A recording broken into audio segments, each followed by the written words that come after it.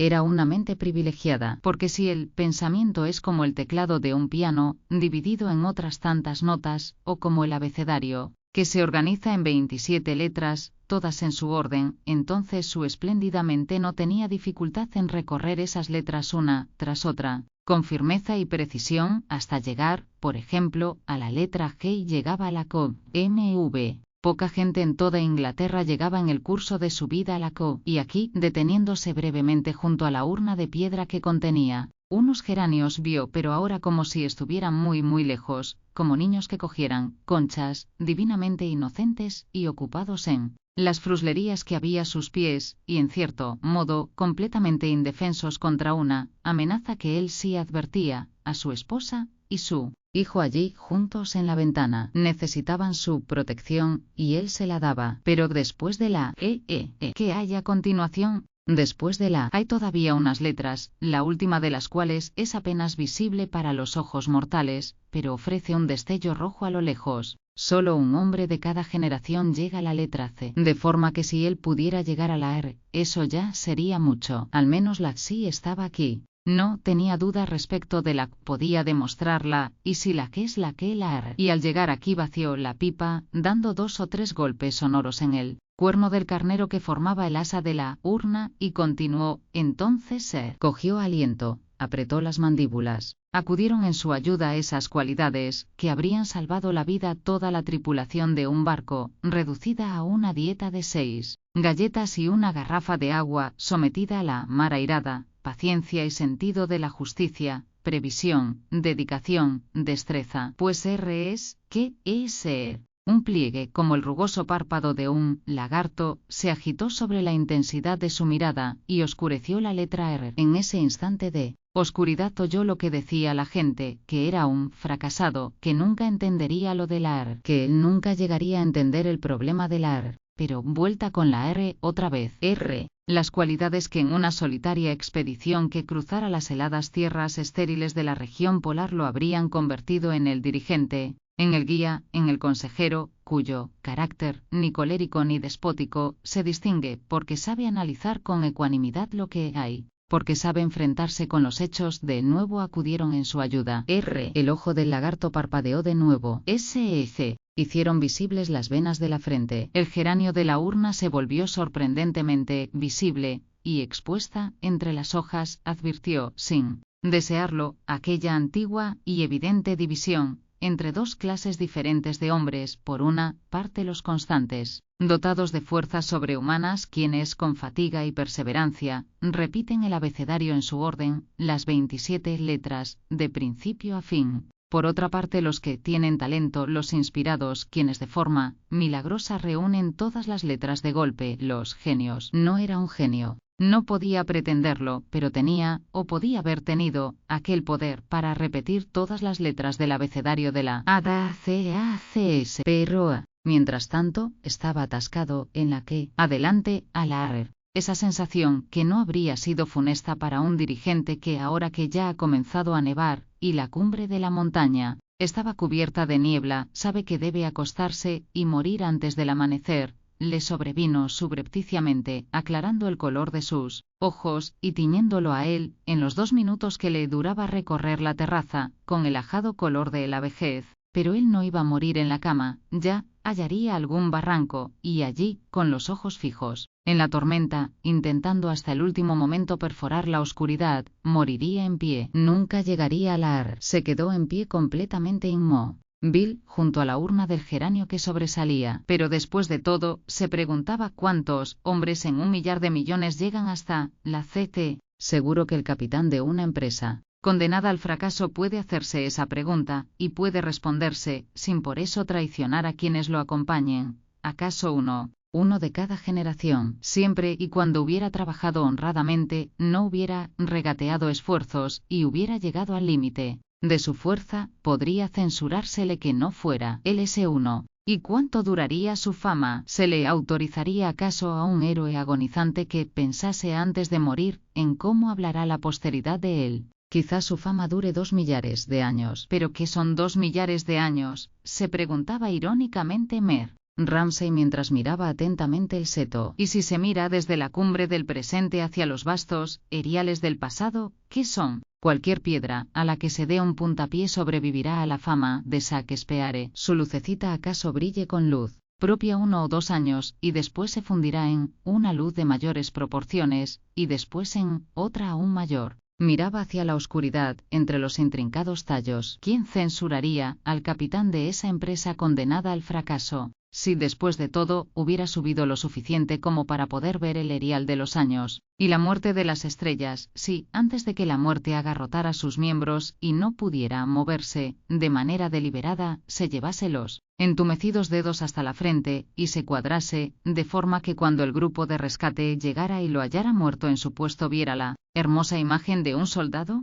Ramsay se cuadró y se quedó muy rígido junto a la urna. ¿Quién lo censuraría si, quedándose inmóvil un momento, se demorase en la fama, en las expediciones que acudirían a rescatarlo, en los monumentos fúnebres que se erigirían sobre sus huesos por los agradecidos discípulos? En fin, ¿quién censuraría al dirigente de la expedición condenada al fracaso si, tras haberse arriesgado hasta el límite, y tras haber puesto toda la fuerza en ello, hasta el último gramo, hasta quedarse dormido sin saber si se despertará o no, advirtiera ahora, a causa de unos pinchazos en los dedos de los pies, que estaba vivo, y que eso de vivir no le desagradaba nada, y que necesitaba consuelo, whisky, y alguien a quien contarle inmediatamente sus penalidades? ¿Quién lo censuraría? ¿Quién no se regocijaría íntimamente cuando el héroe se quitara la armadura, se detuviera junto a la ventana, y se quedara mirando a su esposa e hijo, quienes, distantes al comienzo, se acercarían poco a poco, hasta que los labios y el libro y la cabeza estuvieran ante él, aunque todavía amables y como desconocidos a causa de la intensidad de su aislamiento, y del erial de los tiempos y de la muerte de las estrellas? Finalmente, tras guardar la pipa en el bolsillo, inclinada la magnífica cabeza ante ella, ¿quién lo censuraría si rindiera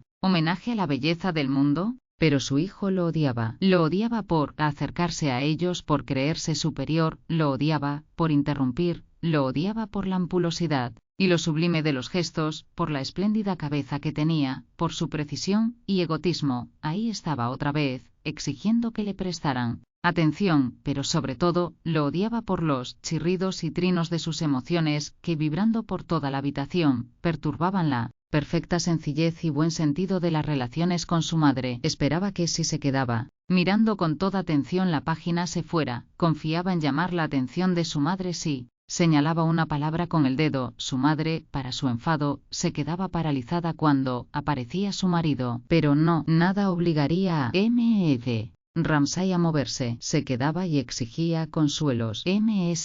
Ramsay, que había estado reclinada, con el brazo sobre su hijo, se irguió, y medio vuelta, pareció que fuera a levantarse. Fue como si hubiera enviado verticalmente al aire una lluvia de energía, una columna de rocío, que pareciera a la vez animada y viva, como si su energía se hubiera fundido con una fuerza, con brillo y luz propios, aunque estaba sentada, y había cogido el calcetín de nuevo, y como si en esta deliciosa fecundidad, en este surtidor y fuente de la vida, se hundiera la funesta esterilidad masculina, punzante pico de bronce, y desnudo. Quería consuelos. Era un fracasado, dijo. Destellaron las agujas de Ramsay. Ramsay, sin dejar de mirarla a la cara, repitió lo que había dicho, que era un fracaso. Le devolvió las palabras en un suspiro. Charles Tansley, dijo, pero él quería más. Lo que necesitaba era consuelo, en primer lugar, que le aseguraran que era un genio, y a continuación, que lo introdujeran en la esfera de la vida, que lo acogieran y calmaran, que le hicieran recobrar la sensatez, que la esterilidad se convirtiera en fertilidad, y que todas las habitaciones de la casa se llenaran de vida, el salón, la cocina, tras el salón, los dormitorios sobre la cocina, y, más allá, los cuartos de juegos de los niños, había que acomodarlos, llenarlos de vida. Charles Tansley pensaba que era el metafísico más importante de su época, dijo ella, pero él quería algo más, quería consuelos. Deseaba que le aseguraran que estaba en el centro de la vida, que lo necesitaban, y no solo aquí, en todo el mundo. Las agujas destellaban y ella, confiada, erguida, creaba el salón y la cocina, los iluminaba, y le dijo que se calmara, que entrara y que saliera, que se divirtiera.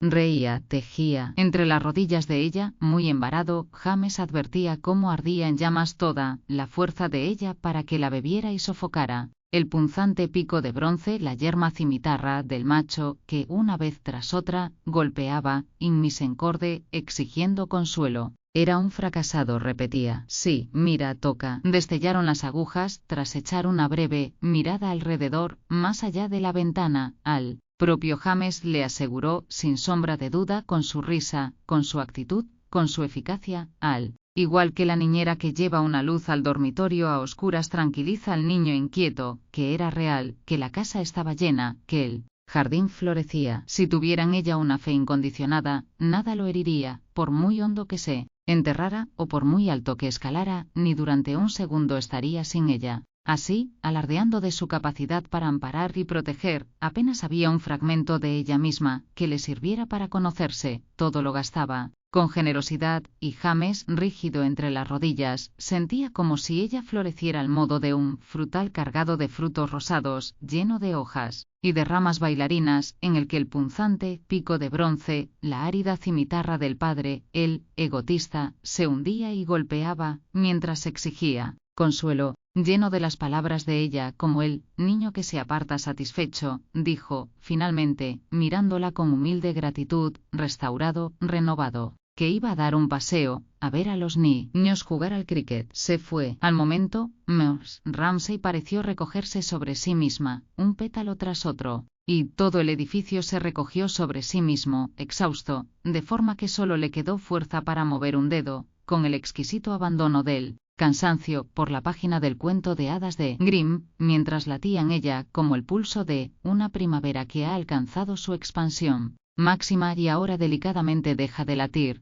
el rapto de la creación lograda. Cada latido de este pulso parecía, al alejarse él, incluirla a ella y a su marido, y parecía dar a cada uno ese solaz que dos notas diferentes, una alta, otra baja, que sonaran a la vez, parecen ofrecerse una a otra al combinarse. No obstante, al apagarse la resonancia, al volver al cuento de hadas, Mrs. Ramsay se sintió no solo físicamente cansada, siempre le ocurría después, nunca en el momento, sirio, como si la fatiga se hubiera teñido vagamente de alguna sensación desagradable que tuviera otra causa. Y no es que, al leer en voz alta la historia de la mujer del pescador, ella no supiera exactamente de dónde procedía, ni se permitió traducir a palabras su insatisfacción, cuando se dio cuenta, al pasar la página, cuando se detuvo y oyó aburrida, ominosamente, cómo rompía una ola, de dónde procedía, no le gustaba, ni un segundo, sentirse mejor que su marido, más aún, no podía soportar no estar completamente segura, cuando hablaba con él, de la verdad de lo que decía. Las universidades y personas que lo necesitaban, las conferencias y los libros que eran tan importantes, ni se le ocurría por un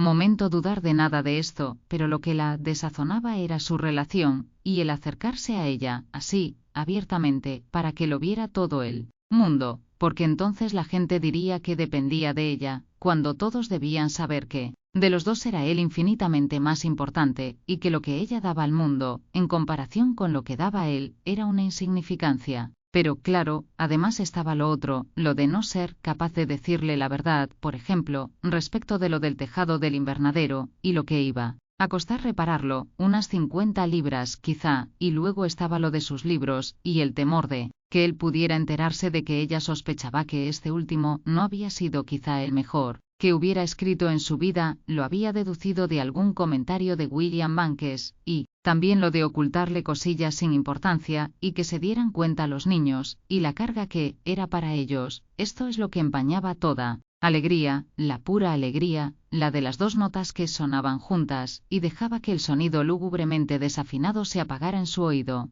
Oscureció la página una sombra, levantó la mirada. Era Augustus Carmichael, que pasaba arrastrando los pies justamente ahora, en el momento en que tan doloroso era que le recordaran lo inadecuado de las relaciones humanas, que ni el más perfecto dejaba de tener defectos. Y no pudo sufrir el examen que, como quería su marido, con su pasión por la sinceridad, hizo de sí misma, cuando era tan doloroso sentirse rea de nulidad y ajena a sus propias funciones por mentiras y exageraciones. Justo en este momento, en que más se consumía innoblemente en medio de su exaltación, fue cuando pasó Mer Carmichael arrastrando los pies, con las zapatillas amarillas, y algún demonio propio la obligó a decir cuando pasaba, «Va a casa, Mer Carmichael». No dijo nada. Tomaba opio. Los niños decían que el opio volvía rubia la barba, y lo que sí le parecía evidente es que el pobre era un infeliz, y que se venía con ellos todos los años para huir de algo, y año tras año ella se sentía igual. Él no confiaba en ella. Le había dicho, «Voy al pueblo, ¿quieres sellos, papel de cartas, tabaco?» Y él se limitó a quedarse parpadeando. No confiaba en ella. Era obra de su mujer. Recordaba la inquina que le tuvo su mujer a Mer Carmichael, y lo intransigente que era, aquella mujercita detestable a quien había visto con sus propios ojos echarlo del minúsculo alojamiento de St. John's Wood. Era desordenado, se manchaba, y era todo lo pesado que pudiera ser un anciano sin nada que hacer en el mundo. Lo había echado de casa. Dijo, con aquella voz tan desagradable, «Sí, Mrs. Ramsay, creo que tenemos que hablar», y Mrs. Ramsay tuvo que escuchar, como si ocurriera ante sus ojos, una relación de las incontables desdichas de la vida de él. ¿Tenía dinero para comprar tabaco? ¿Tenía que pedírselo a ella? ¿Media corona? ¿18 peniques? Ay, no quería ni pensar en las humillaciones por las que le había hecho pasar. Ahora la evitaba, nunca supo por qué, excepto que de forma inconcreta, seguro que tenía que ver con aquella mujer. Él nunca le dijo nada. Pero ¿qué otra cosa podría haber hecho ella? Tenían siempre una habitación soleada para él. Los niños eran amables con él. Nunca dio ella muestras de que no quisiera que estuviera con ellos. Hasta se esforzaba en ser amable. ¿Quieres sellos, tabaco? Creo que este libro le gustará, etc. Y después de todo, aquí, insensiblemente, ella se refugió en sí misma. Físicamente, se le hizo presente, cosa rara, el sentido de su propia belleza. Después de todo, a ella no le costaba nada que la gente se fijara en ella. Por ejemplo, George Manning, Mer Wallace, famosos y todo, se acercaban a visitarla por las tardes y se quedaban charlando junto al fuego. Sabía llevar con elegancia la antorcha de la belleza, y se sabía bella, exhibía esta antorcha con orgullo donde quiera que entrara, y después de todo, por mucho que hiciera por velarla, y por mucho que le disgustara la monotonía que eso le imponía, la belleza era evidente. La habían admirado, la habían amado, había entrado en velatorios, había visto llorar hombres y mujeres, liberados de sus preocupaciones, se habían consentido ante ella. El consuelo de la sencillez la hería que él la evitara. Le dolía, no era claro, no estaba bien. Eso es lo que le importaba, que se agregara esto al enfado con su marido. Tenía la sensación, ahora, al pasar Mer Carmichael arrastrando las zapatillas amarillas, con un libro bajo el brazo, asintiendo con la cabeza, de que no se fiaba de ella, y pensaba que todos sus deseos de dar, de ayudar, eran pura vanidad. Era por amor propio por lo que tan ansiosamente se empeñaba en dar, en ayudar, para que la gente dijera, «Oh, Mrs. Ramsay, querida Mrs. Ramsay». Claro que sí, Mrs. N.A.S.A. para que la necesitaran y la buscaran y la admiraran. ¿No era este su más secreto deseo? Y por lo tanto, no era lógico que cuando Mer Carmichael la evitaba, como acababa de hacer, y fuera a ocultarse en cualquier rincón donde se dedicaba a hacer crucigramas inacabablemente, no solo se sintiera desdeñada y contrariada, sino que se le hiciera sentir la mezquindad de una parte de ella y de las relaciones humanas? Y estas relaciones, en el mejor de los casos, qué imperfectas son, qué despreciables, qué egoístas. Marchita, agotada, las mejillas hundidas, el cabello cano, quizá la imagen de su belleza, ya no alegraba a nadie. Mejor sería que se dedicara al cuento de el pescador y su mujer para apaciguar este manojo de nervios, el más sensible de sus hijos, que era su hijo James. El corazón del hombre se llenó de pesadumbre. Leyó en voz alta, pues no quería ir, y se dijo, no está bien, pero fue. Cuando llegó a la orilla del mar, el agua estaba de color púrpura y azul oscuro, y gris y densa, y ya no parecía tan verde y dorada, pero estaba tranquila. Se quedó allí y dijo, a Mrs. Ramsay le habría gustado que su marido no hubiera escogido ese momento para detenerse. ¿Por qué no se había ido, como había dicho, a ver a los niños jugar al cricket? Pero no hablaba, miraba, asentía con la cabeza, manifestaba su aprobación. Se fue, se escapó. Tras quedarse mirando ese seto que una vez tras otra había señalado una pausa, había llegado a alguna conclusión. había visto a su esposa y a su hijo, había visto las urnas en las que desbordaban los rojos geranios que tantas veces habían adornado el desarrollo de sus pensamientos y que tenían, entre las hojas como papelillos en los que se anota algo a prisa, se dejó llevar suavemente, viendo todo esto, a unos pensamientos que le había sugerido la lectura de un artículo en The Times acerca de la cantidad de americanos que visitan anualmente la tumba de Shakespeare. Si Shakespeare no hubiera vivido, se preguntaba, ¿sería muy diferente hoy el mundo? ¿El progreso de la civilización depende de los grandes hombres? ¿El hombre común ha mejorado desde los tiempos de los faraones? Pero este hombre común, se preguntó, ¿ha de ser el criterio por el que se juzgue el progreso de la civilización? Quizá no. ¿Acaso el mayor bien exija una clase social de esclavos? El ascensorista del metro siempre será necesario. El pensamiento le desagradó. Movió la cabeza enérgicamente. Para evitarlo, ya hallaría la forma de desdeñar el predominio de las artes. Propondría que el mundo existe para el hombre común, que las artes son una simple decoración impuesta desde un lugar ajeno a la vida humana, pero no la expresan. Ni Shakespeare le es necesario. Sin saber exactamente por qué, quería denigrar a Shakespeare y quería ayudar al hombre común, al necesario ascensorista. Arrancó con cierta violencia una hoja del seto. Todo esto tendría que prepararlo de forma más atractiva para los jóvenes de Cardiff. Dentro de un mes, pensó, aquí, en la terraza, lo único que hacía era recopilar ideas de forma deportiva. Arrojó la hoja que había arrancado tan enfadado, como quien se apea del caballo para coger un ramillete de rosas, o se llena los bolsillos de avellanas, mientras pasea su sabor por los caminos y senderos de una comarca que conoce desde que era niño. Todo era conocido, el recodo, la portilla, el atajo del campo. Podía pasarse horas así, con la pipa, por las tardes pensando, yendo de un lado a otro, y de acá para allá, por los caminos de siempre, por los campos conocidos, que estaban llenos de la historia de esta batalla, de la biografía de aquel estadista, llenos de poemas y anécdotas, que poseían figuras también, este pensador, aquel soldado, todo animado y limpio, pero al final, el camino, el campo, la pradera, el avellano lleno de frutos y el seto florecido lo conducían a otro recodo donde invariablemente desmontaba, ataba el caballo a un árbol y seguía a pie. Llegaba al borde del jardín y miraba hacia abajo, hacia la bahía. Era su destino, su modo de ser. Tanto si quería como si no, acercarse así a una lengua de tierra que el mar comía poco a poco, y quedarse allí como un triste pájaro marino.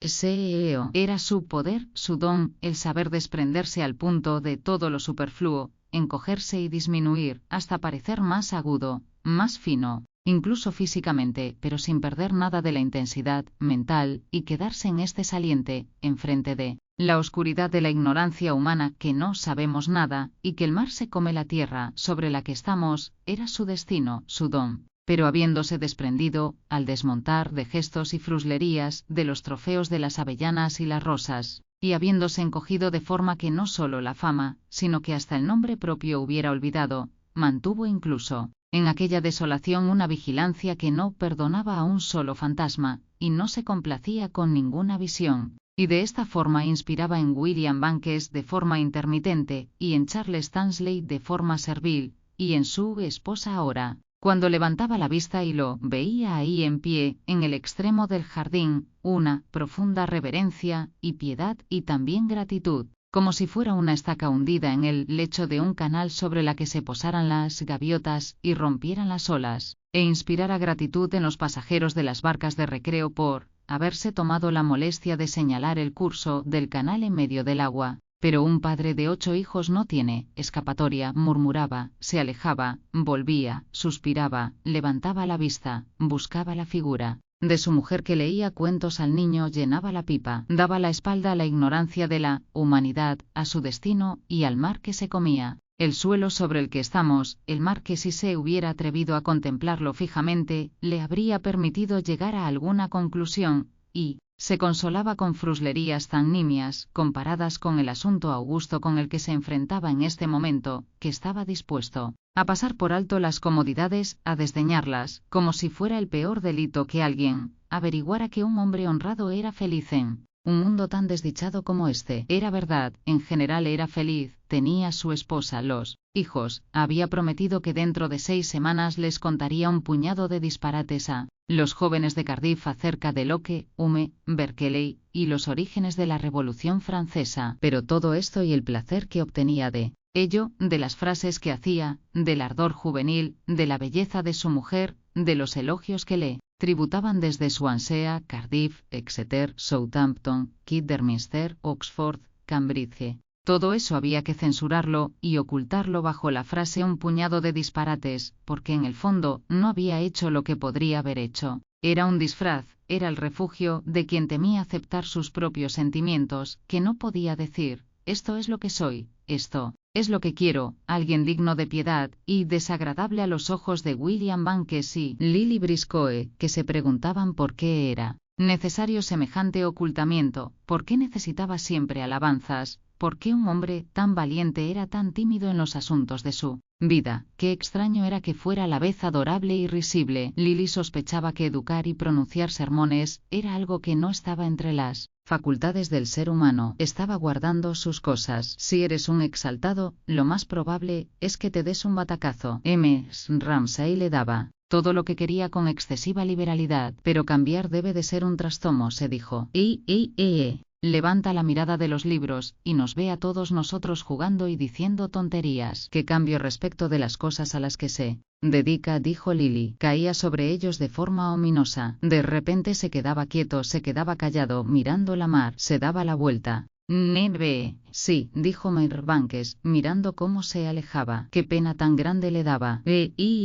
Había dicho algo acerca de que la asustaba, porque cambiaba de humor muy bruscamente. Sí, dijo Mr. Bankes, qué pena tan grande que Ramsay no se comporte como los demás, porque a él le gustaba Lily Briscoe. Hablaba con ella de Mr. Ramsay con toda franqueza. Por esa razón, dijo él, es por la que los jóvenes no leían a Carlyle, un abuelo gruñón que se enfadaba si el porridge del desayuno estaba frío. ¿A cuento de qué se atrevía a sermonearnos? Eso es lo que Mr. Bankes creía que pensaban los jóvenes de hoy. Era una grandísima pena que creyeras, como él, que Carlyle era uno de los grandes maestros de la humanidad. A Lily le daba vergüenza reconocer que no había leído a Carlyle desde los tiempos de la escuela, pero en su opinión a una le gustaba.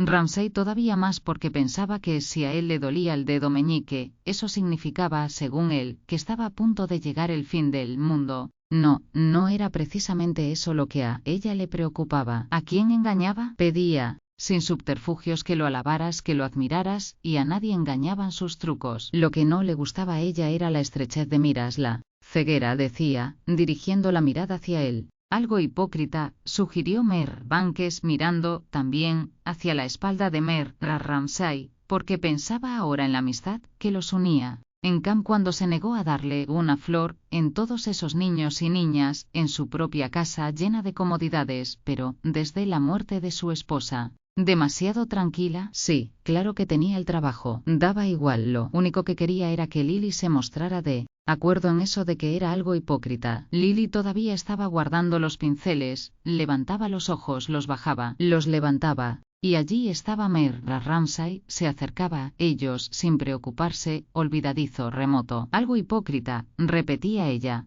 No, el más sincero, el más fiel, aquí estaba, el mejor, pero bajaba los ojos y pensaba, era un hombre absorto en sí mismo, tiránico, injusto. Y no levantaba la mirada, intencionadamente, porque, estando con los Ramsay, solo así podía conservar la calma. En cuanto una levantaba la vista y los veía, los envolvía lo que ella llamaba el amor. Se convertían en parte de ese universo, irreal, pero punzante y excitante, que es el mundo cuando se contempla a través de los ojos del amor. El cielo se desplegaba para ellos, los pájaros trinaban por ellos, y lo que aún era más interesante, también ella sentía al ver a Ramsay acercarse amenazador y retirarse, y a Mr. Ramsay sentada con James en la ventana, y el paso de la nube, y el movimiento del árbol, como la vida, de ser una cosa compuesta de muchos incidentes separados que se vivían, uno tras otro, se recogía y se hacía una, como si fuera una ola que la arrastrara a una con ella, y la arrojara, de golpe, sobre la playa. Mr. Bankes esperaba que ella respondiera,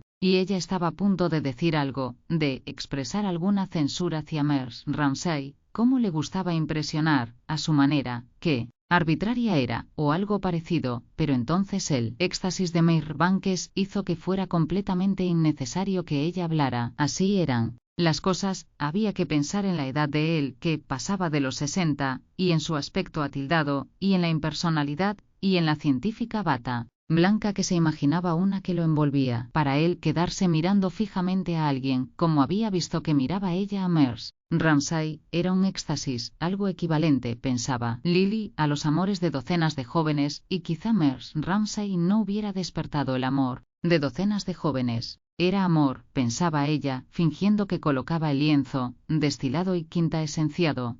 Un amor que nunca intentaba asir el objeto amado. Es igual al que los matemáticos profesan hacia sus símbolos, o los poetas a sus frases, se había concebido para extenderse por el mundo, y para convertirse en propiedad de toda la humanidad. Y así era. Todo el mundo, en efecto, debería haberlo compartido. Si así fuera, Marbanks hubiera sido capaz de explicar por qué aquella mujer le gustaba tanto, por qué verla leer un cuento de hadas a su hijo le producía el mismo efecto que el hallar la solución de un problema científico, por qué sentía, como lo había sentido cuando había demostrado algo definitivo acerca del sistema digestivo de las plantas, que lo bárbaro se volvía dócil, que el caos adquiría orden. Semejante éxtasis, ¿qué otro nombre podría dársele? Hizo que Lily olvidara por completo lo que había estado a punto de decir. No era nada importante, se trataba de algo acerca de Mers Ramsay. Había palidecido ante el éxtasis, ante la mirada fija, cosas hacia las que ella solo tenía gratitud, porque no había nada que le agradara tanto, que suavizara las dificultades de la vida, y que le quitara milagrosamente todas las cargas, como este poder sublime, este don de los cielos, y una no debería interrumpirlo mientras durara, como tampoco una estorbaba un rayo de sol que descansara sobre el suelo. Que la gente amase así, que Marbanks tuviese esos sentimientos hacia Mers Ramsay, le echó una mirada mientras él estaba distraído. Era útil, era una forma de exaltación. Limpió los pinceles, uno tras otro, con un trapo viejo, con humildad, esmerándose. Evitaba ella la reverencia que descendía sobre las mujeres, se sentía alabada. Que se quede mirando él si quiere, así ella podría echar una mirada de reojo al cuadro. Le daban ganas de llorar. Era malo, era horrible, era pésimo. Podía haberlo hecho de otra forma, por supuesto. El color debería haber estado más diluido, más difuminado. Las formas deberían haber sido más etéreas. Así es, como lo habría visto Marbanks. Pero es que ella no lo veía así. Veía cómo el color ardía dentro de un marco de acero, la luz del ala de una mariposa sobre los arcos de una catedral. De todo eso solo quedaban sobre el lienzo unas pocas huellas distribuidas por el lienzo. Nadie lo vería nunca, nunca colgaría en una pared. Y M.F. Tansley le susurraba al oído: las mujeres no saben pintar, las mujeres no saben escribir. Recordó lo que había estado a punto de decir sobre Mers Ramsay. No sabía de qué forma habría podido expresarlo, pero se trataba de algo crítico. La noche anterior le había fastidiado cierta arbitrariedad. Siguiendo la dirección de la mirada de Marbanks, pensó en que no había mujer que adorase a otra mujer de la forma en que él adoraba. Lo único que podían hacer era buscar refugio bajo la sombra protectora que Marbanks extendía sobre ambas. Siguiendo el curso de este rayo de luz, ella agregó su propia luz diferente. Pensaba que sin duda era la persona más adorable, inclinada sobre el libro, acaso la mejor, pero, a la vez, algo diferente de la perfecta figura que allí se dejaba ver. ¿Pero por qué? ¿Cómo de diferente? Se preguntaba, limpiando la paleta de los montoncitos de color azul y verde que le parecían inanimados ahora, pero se prometió que al día siguiente ella los animaría, los obligaría a moverse, a moldearse, a obedecerla. ¿En qué era diferente? ¿Cuál era esa esencia de su espíritu? Que en cuanto veías un guante en un rincón de un sofá tenías la certeza, solo con ver un dedo torcido, de que era de ella. Era veloz como un ave, directa como una flecha. Tenía su fuerza de voluntad, tenía talento para mandar. Claro, se recordó a sí misma Lily: pienso en las relaciones con las mujeres, y yo soy mucho más joven, soy una persona insignificante, soy una que vive cerca de Brompton Road. Abría las ventanas de los dormitorios, cerraba puertas. Así intentaba recordar la melodía de Mers Ramsay mentalmente. Llegaba tarde por la noche y daba un golpe muy suave en la puerta del dormitorio, envuelta en un viejo abrigo de pieles porque su belleza siempre era igual, apresurada pero convincente, siempre dispuesta a hacer algo una vez más, fuera lo que fuera, que Charles Tansley hubiera perdido el paraguas, que Mer Carmichael estuviera estornudando e inhalando algo por la nariz, que Mer Banques dijera, ¿dónde están las sales de frutas? Todo esto lo enderezaba al momento, o lo torcía maliciosamente, y dirigiéndose hacia la ventana, fingiendo que tenía que irse y amanecía, veía cómo salía el sol, de lado, más íntimamente pero siempre riéndose, insistía en que ella, Minta, todas tenían que casarse, porque en todo el mundo, por muchos laureles que pusieran a sus pies, pues a Mrs. Ramsay le importaba muy poco su pintura, o por muchos triunfos que obtuviera quizá Mrs. Ramsay, también los hubiera tenido, y al llegar aquí se entristecía, se ensombrecía, regresaba al sillón, esto no podía ni siquiera discutirse, una mujer que no se hubiera casado, le tomaba la mano, con delicadeza un momento, una mujer que no se casa se pierde lo mejor de la vida. La casa parecía estar llena de niños durmiendo y Mrs. Ramsay escuchaba, luces bajo las pantallas de las lámparas, respiraciones regulares. Ah, pero decía Lily, tenía a su padre, el hogar, e incluso, si se hubiera atrevido a decirlo, la pintura. Pero todo esto parecía tan poca cosa, tan virginal, ante lo otro. Sí, pero al avanzar la noche, y al separar las cortinas la luz, e incluso cuando ya trinaba de vez en cuando algún pájaro en el jardín, juntando todas sus fuerzas con desesperación, le gustaría verse presentado como excepción a la regla universal, una súplica, quería seguir soltera, le gustaba ser como era, no estaba hecha para lo otro, pero eso suponía que tendría que enfrentarse con esa mirada fija de desconocida profundidad, y tenía que aceptar la sencilla certidumbre de Mrs. Ramsay, y ahora volví a la infancia, de que la querida Lily, su pequeña Brisk, era tonta, y entonces recordaba que había reclinado la cabeza en el regazo de Mrs. Ramsay, y no había dejado de reírse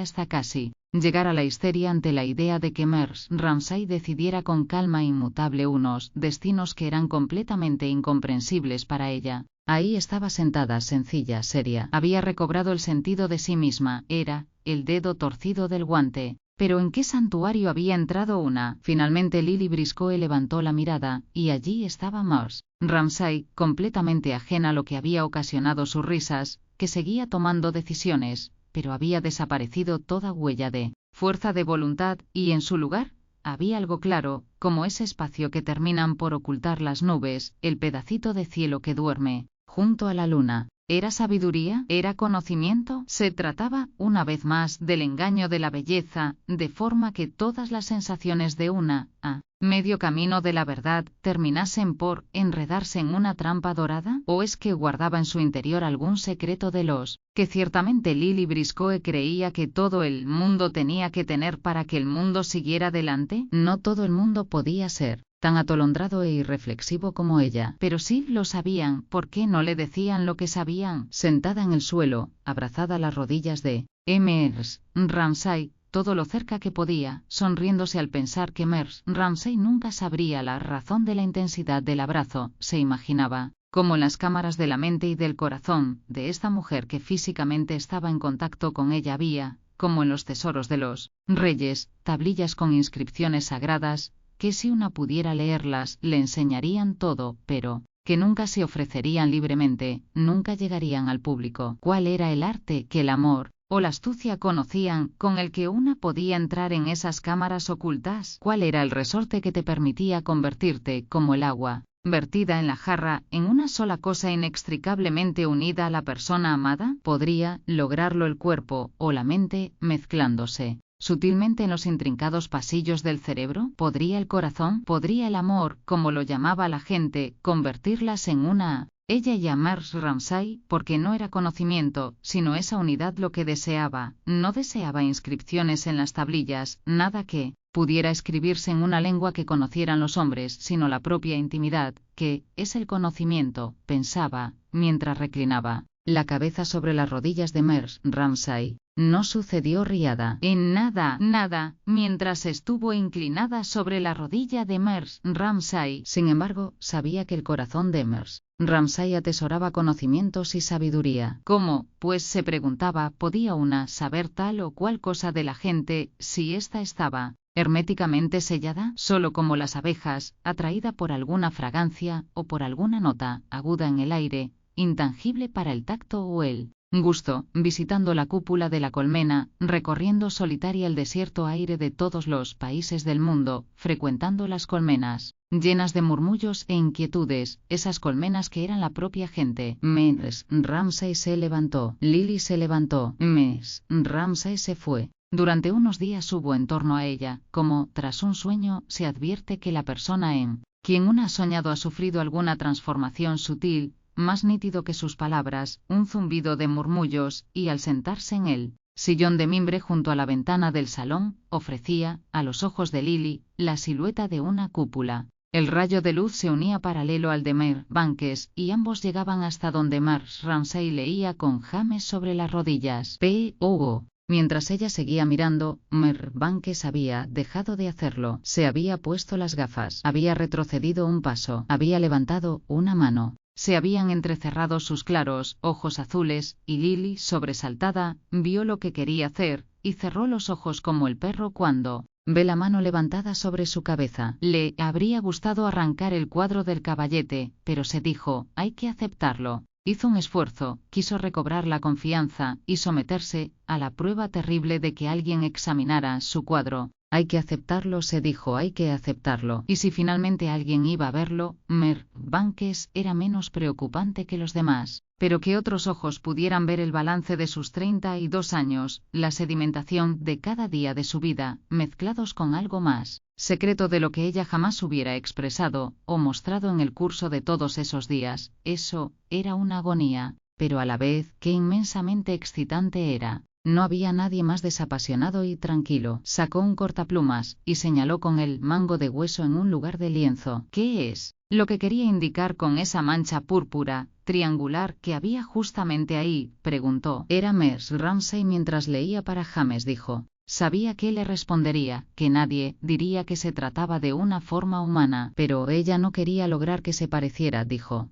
Entonces, ¿para qué los había puesto allí? Preguntó. Porque no había razón alguna excepto que si allí, en aquel rincón, había luz, aquí, en este otro, ella sentía la necesidad de la oscuridad. Sencillo, consabido, trivial, incluso sin embargo Mr. Banks pareció interesarse. La madre y el hijo objetos de la veneración universal, y en este caso, además la madre era conocida por su belleza, podían reducirse, reflexionaba, a una mancha púrpura sin irreverencia, pero no se trataba de un retrato de ellos, dijo ella. No, no en ese sentido. Había otros sentidos además mediante los que se les podía reverenciar, mediante una sombra aquí, o una luz allí, por ejemplo. Su ofrenda adquiría esa forma, si, como ella vagamente imaginaba, un cuadro tiene que ser un homenaje. Una madre y un hijo podían reducirse a una sombra sin irreverencia. Una luz aquí pedía una sombra allí. Se quedó pensándolo, se mostró interesado, lo aceptó, de forma científica, de buena fe.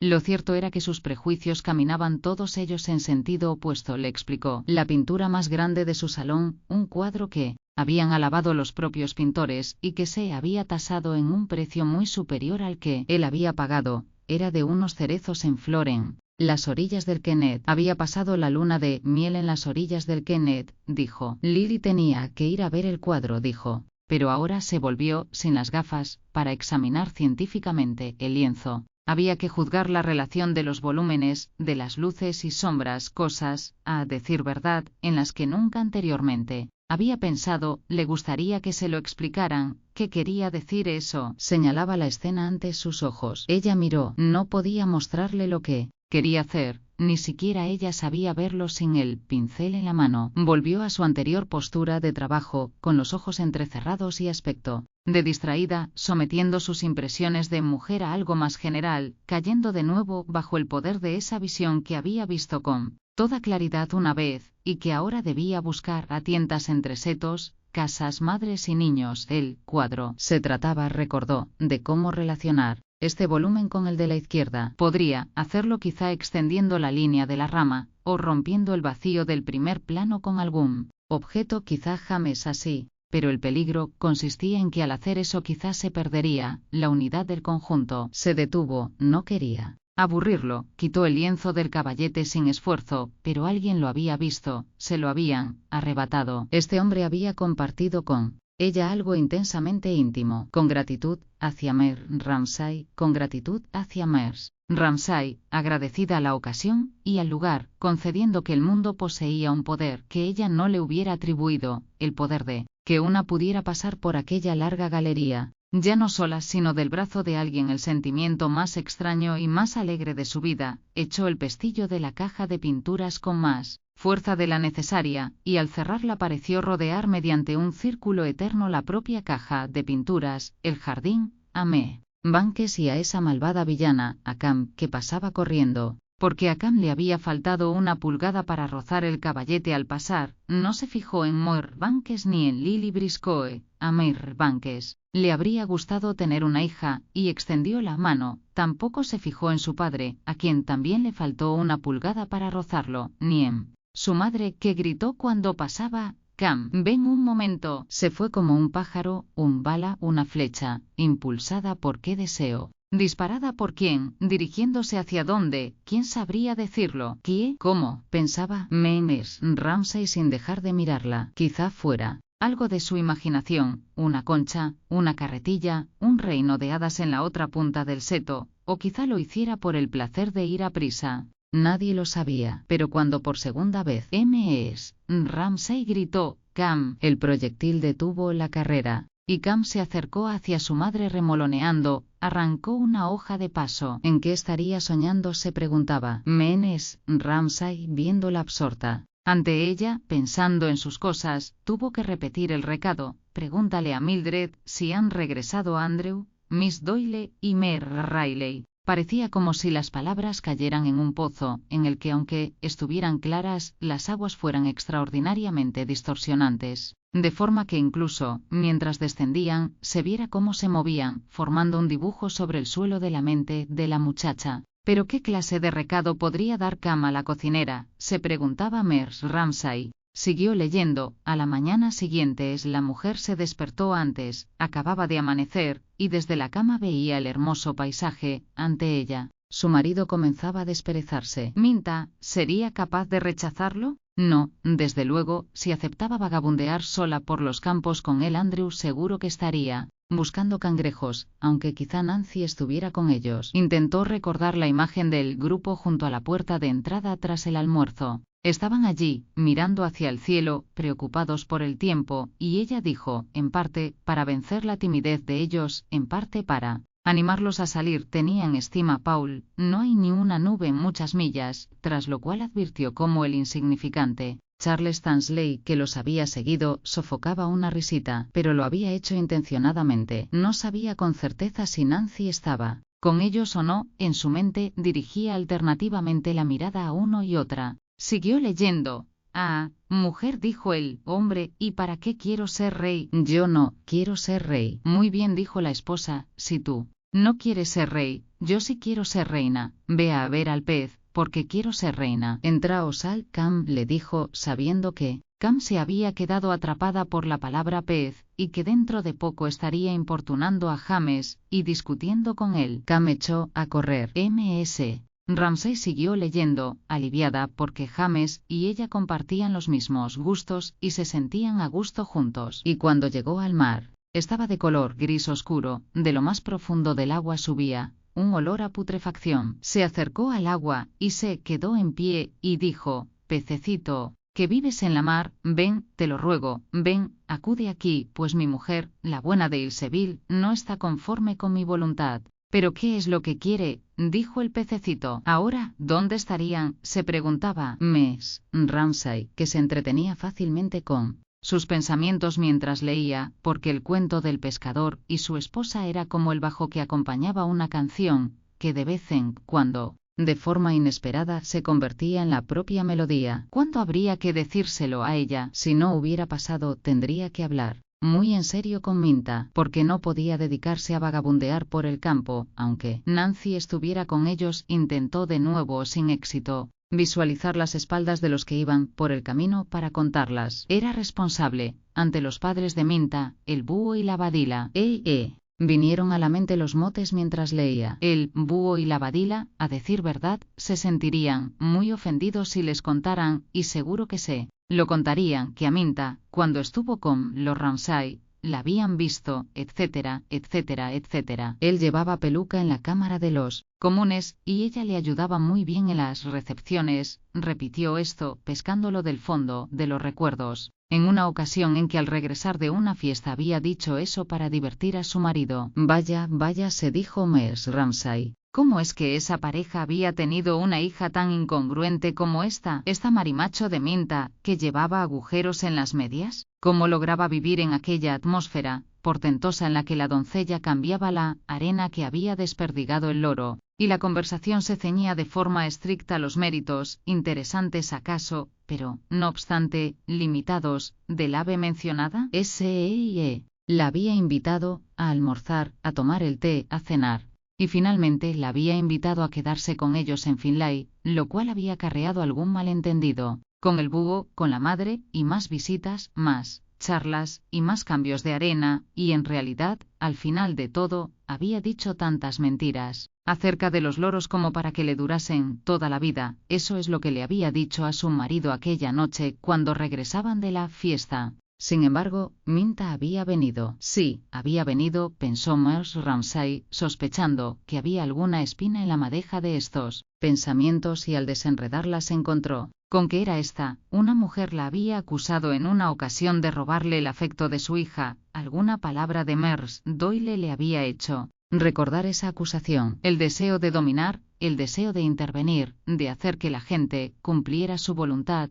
Esa era la acusación que le hacían, y ella pensaba que era muy injusta. ¿Cómo impedir ser así para los demás? No podían acusarla de querer impresionar a nadie. Incluso ella misma se avergonzaba a veces de lo descuidada que iba. Tampoco era dominante ni tiránica. Era más cierto si se referían a su actitud respecto de los hospitales, el alcantarillado, la lechería. Sobre asuntos como esos sí que se mostraba apasionada, y le habría gustado, si hubiera podido, coger a la gente del cuello y obligarlos a ver las cosas. No había un hospital en toda la isla. Eso sí que era una desdicha. La leche que te dejaban a la puerta en Londres estaba de color pardo a causa de la suciedad. Debería prohibirlo la ley. Una granja modelo y un hospital aquí, esas dos cosas sí que le habría gustado poder hacerlas ella. Pero ¿cómo? ¿Con todos los niños a su cuidado? Cuando fueran mayores, quizá entonces tuviera tiempo, cuando estuvieran todos en el colegio.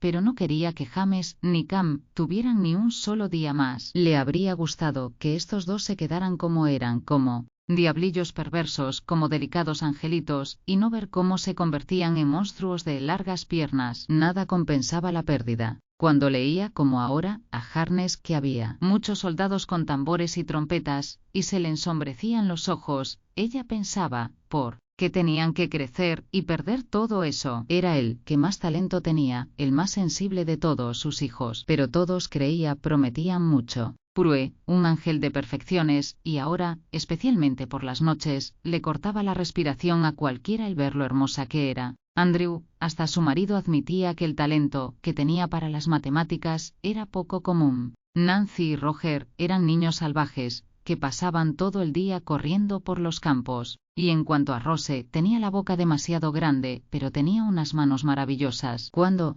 preparaban charadas, Rose hacía los vestidos, hacía todo, pero lo que más le gustaba era arreglar las mesas, las flores, cualquier cosa. No le gustaba que Jasper disparara a los pájaros, pero era una etapa, todos tenían sus diferentes etapas. ¿Por qué?, se preguntaba mientras apoyaba la barbilla sobre la cabeza de James. ¿Tenían que crecer tan aprisa? ¿Por qué tenían que ir a la escuela? Le habría gustado tener siempre un niño pequeño. El colmo de la felicidad era llevar un niño en brazos. Si querían, podían decir que era una déspota dominante mandona. No le preocupaba. Mientras le rozaba el cabello con los labios, pensaba en que nunca volvería a ser Tan feliz el niño, pero se detuvo, pensó en cuánto enfadaba a su marido que pensara eso, pero era verdad, ahora eran más felices de lo que llegarían a ser en toda su vida. Un juego de té de 10 peniques le proporcionaba a Cam felicidad para 10 días. Tan pronto como se despertaban, se oían en el piso de arriba los golpes sobre el suelo y los gritos de alegría. Avanzaban por el pasillo haciendo ruido. De repente se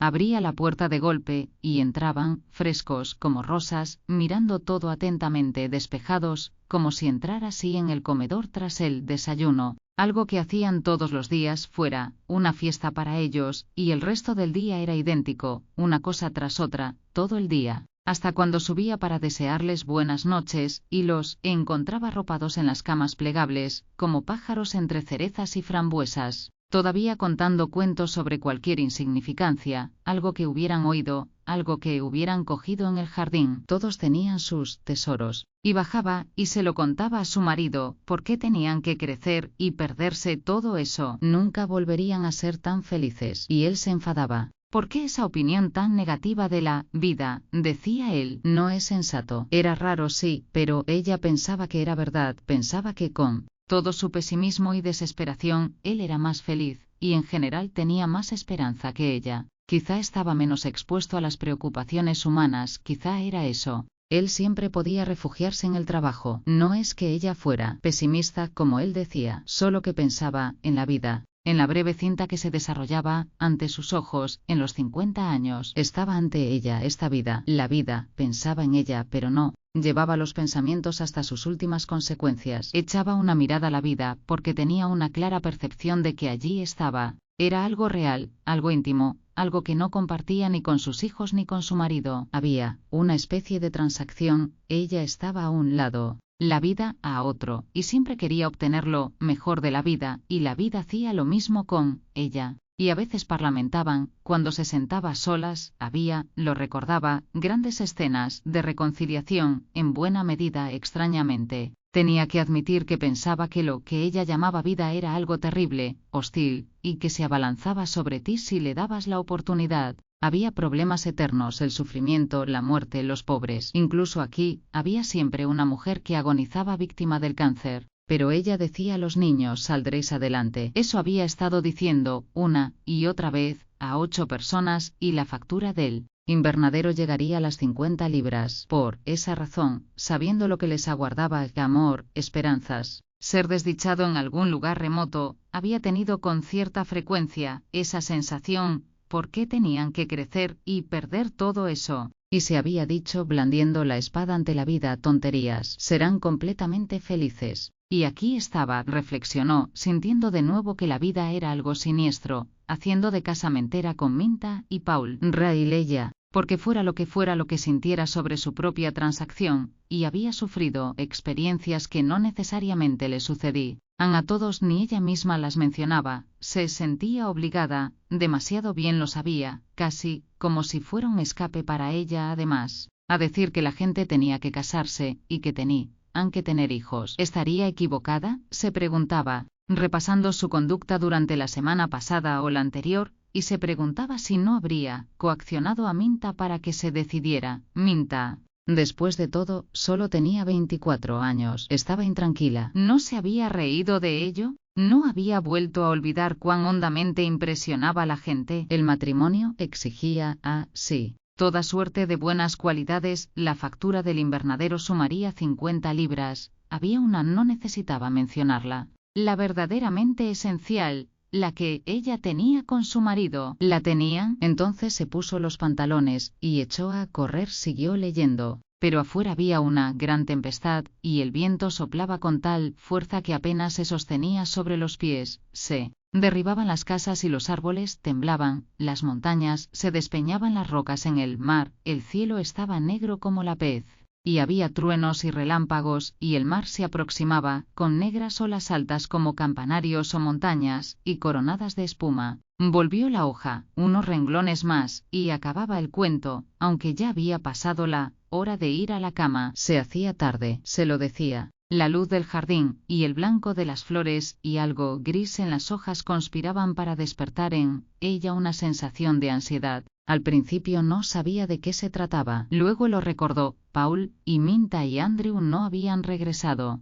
Recordó al grupito cuando estaba ante ella en la terraza, ante la puerta del recibidor, en pie, mirando hacia el cielo. Andrew llevaba el reteli, la cesta. Eso quería decir que pensaba coger cangrejos de mar y cosas así, y que tendría que subir a una roca. Quizás se había quedado aislado. Tal vez, al regresar en fila india por uno de esos senderos de los acantilados, uno de ellos se hubiera resbalado, se hubiera despeñado. Estaba oscureciendo, pero mientras terminaba de leer el cuento no se permitió que se le alterase la voz ni un poco, y tras cerrar el libro, añadió unas palabras que parecía que acabara de inventarse, mientras miraba a James a los ojos, y ahí es donde siguen hasta hoy. Y así termina, dijo, y vio cómo en los ojos de él se apagaba el interés por el cuento, desplazado por algo diferente, una interrogación, algo pálido, como el reflejo de una luz, algo que le hacía mirar con atención, y le hacía admirarse. Se volvió, y vio, al otro lado de la bahía, imperturbable, sobre las olas, primero los dos destellos, después el haz de luz más intenso y prolongado, la luz del faro. Ya lo habían encendido. No tardaría en preguntar, iremos al FEGO, y ella tendría que contestar, no, mañana, no, tu padre ha dicho que no. Afortunadamente, Mildred vino a buscarlos, y la llegada los distrajo. Pero él no dejaba de mirar por encima del hombro mientras Mildred se lo llevaba, y estaba segura de que pensaba, mañana no, iremos al faro, y estaba segura de que lo recordaría durante toda la vida. No, pensó, reuniendo algunos de los recortes de las ilustraciones, el refrigerador, la cortadora del césped, un caballero vestido para una fiesta. Los niños no olvidan. Por esto es por lo que era tan importante lo que se decía, lo que se hacía, y era un alivio cuando se iban a la cama, porque ahora era cuando no tenía que pensar en nadie obligatoriamente. Podía ser ella misma, dedicarse a sí misma. Eso era precisamente lo que ahora necesitaba con tanta frecuencia. Pensar, o quizá ni tan siquiera pensar, estar en silencio, quedarse sola. Todo el ser y el hacer expansivo y deslumbrante se evaporaban, y se contraía, con una sensación de solemnidad, hasta ser una misma, un corazón de oscuridad en forma de cuña, algo invisible para los demás. Aunque siguió tejiendo, sentada con la espalda derecha, porque era así como se sentía a sí misma, y yo, habiéndose desprendido de sus lazos, se sentía libre para participar en las más extrañas aventuras. Cuando la animación cedía unos momentos, el campo de la experiencia parecía ilimitado. Suponía que esta sensación de acercarse a un depósito de recursos ilimitados era algo al alcance de todos, uno tras otro. Ella, Lily, Augustus Carmichael, debían sentir que nuestras apariencias, lo que nos da a conocer, es algo sencillamente infantil. Bajo ellas todo es oscuridad, una oscuridad que todo lo envuelve, de insondable profundidad, pero de vez en cuando subimos a la superficie, y por esas señas nos conocen los demás. Su horizonte le parecía ilimitado. Allí estaban todos esos lugares que no había llegado a conocer. Las llanuras de la India. Sintió como si apartara la pesada cortina de cuero de una iglesia de Roma. Esta semilla de oscuridad podía ir a cualquier lugar, porque era invisible, nadie podía verla. No podían detenerla, pensó, exultante. Había en ella paz, y había, lo mejor de todo, un conjunto de cosas, un apoyo para la estabilidad. No era la clase de descanso que hallaba una siempre, en su propia experiencia. En este momento hizo algo que requería mucha destreza con las agujas, sino que era como una cuña de oscuridad. Al perder la personalidad, se perdían las preocupaciones, las prisas, el afanarse, y le subía a los labios una exclamación como de triunfo sobre la vida, cuando las cosas se reunían en esta paz, en este descanso, en esta eternidad, y al detenerse en este momento, levantó la mirada para ver el rayo del faro, el destello prolongado, el último de los tres, el suyo, porque al verlos en este estado de ánimo, siempre a esta hora, no podía una desentenderse de alguna cosa en especial que viera, y esta cosa, ese destello prolongado, era el suyo. Con frecuencia se sorprendía de sí misma, allí sentada y mirando, con la labor entre las manos, hasta que se convertía en aquello que miraba, aquella luz, por ejemplo, y podía recoger alguna frasecilla u otra que hubiera permanecido de aquella forma. En su mente, los niños no olvidan, que repetía una vez tras otra, y a la que comenzaba a agregar, terminará, así será, cuando de repente, añadió, estamos en manos del Señor, pero al momento se sintió molesta consigo misma por decir eso. ¿Quién lo había dicho? No ella. Había caído en la trampa de decir algo que no quería decir. Levantó los ojos de la labor y vio el tercer destello, y le pareció como si sus ojos reflejaran sus propios ojos, buscando, como solo ella sabía hacer en su propia mente y en su corazón, purgando su vida de esa mentira, de todas las mentiras. Se alabó a sí misma al alabar aquella luz, sin vanidad, porque era inflexible, era perspicaz, era hermosa como aquella luz. Era raro, pensaba, cómo, cuando se quedaba sola, tendía a favorecer las cosas inanimadas, los árboles, los arroyos, las flores.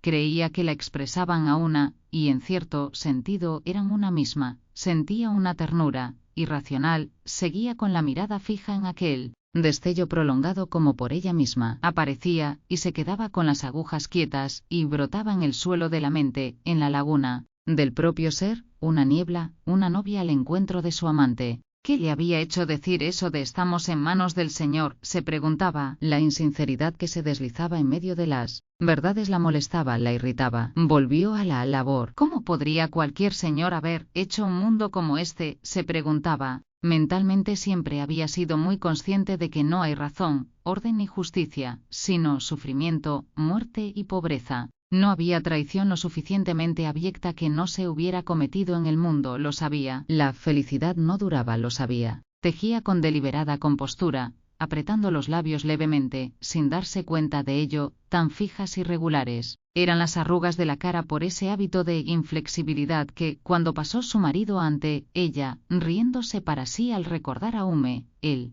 filósofo, que había engordado tanto que se había caído a un charco, y no podía salir, no dejó de darse cuenta, al pasar, de la severidad que había en el fondo de aquella belleza. Eso lo entristecía a él, y lo remota que era lo afligía, y advertía, al pasar, que no podía protegerla, y cuando llegaba al seto, ya estaba triste. No podía hacer nada para ayudarla. Debía quedarse cerca y vigilar. A decir verdad, la maldita verdad es que la presencia de él hacía que las cosas fueran peor para ella. Era irascible, era susceptible, se había enfadado con lo del faro, miraba hacia el seto, lo intrincado que era, lo oscuro que era. Siempre, pensaba Mrs. Ramsay, podía una por sí sola salir, con renuencia, de la soledad, agarrándose a cualquier cosa, a algún sonido, a alguna imagen. Escuchaba, pero todo estaba callado. Había terminado el cricket, los niños estaban bañándose, solo se oía el rumor de la mar. Dejó de tejer, durante un momento. Se quedó colgando de sus manos el calcetín de color castaño rojizo. Volvió a ver la luz.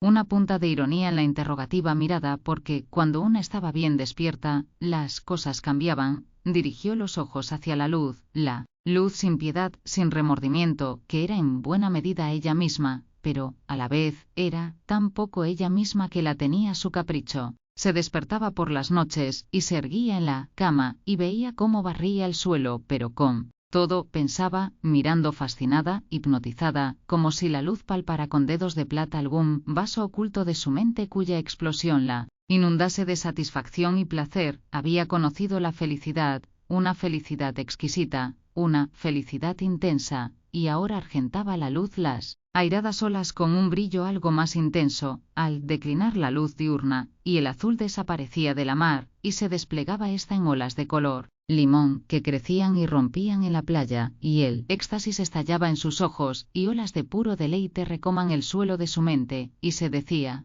ya está,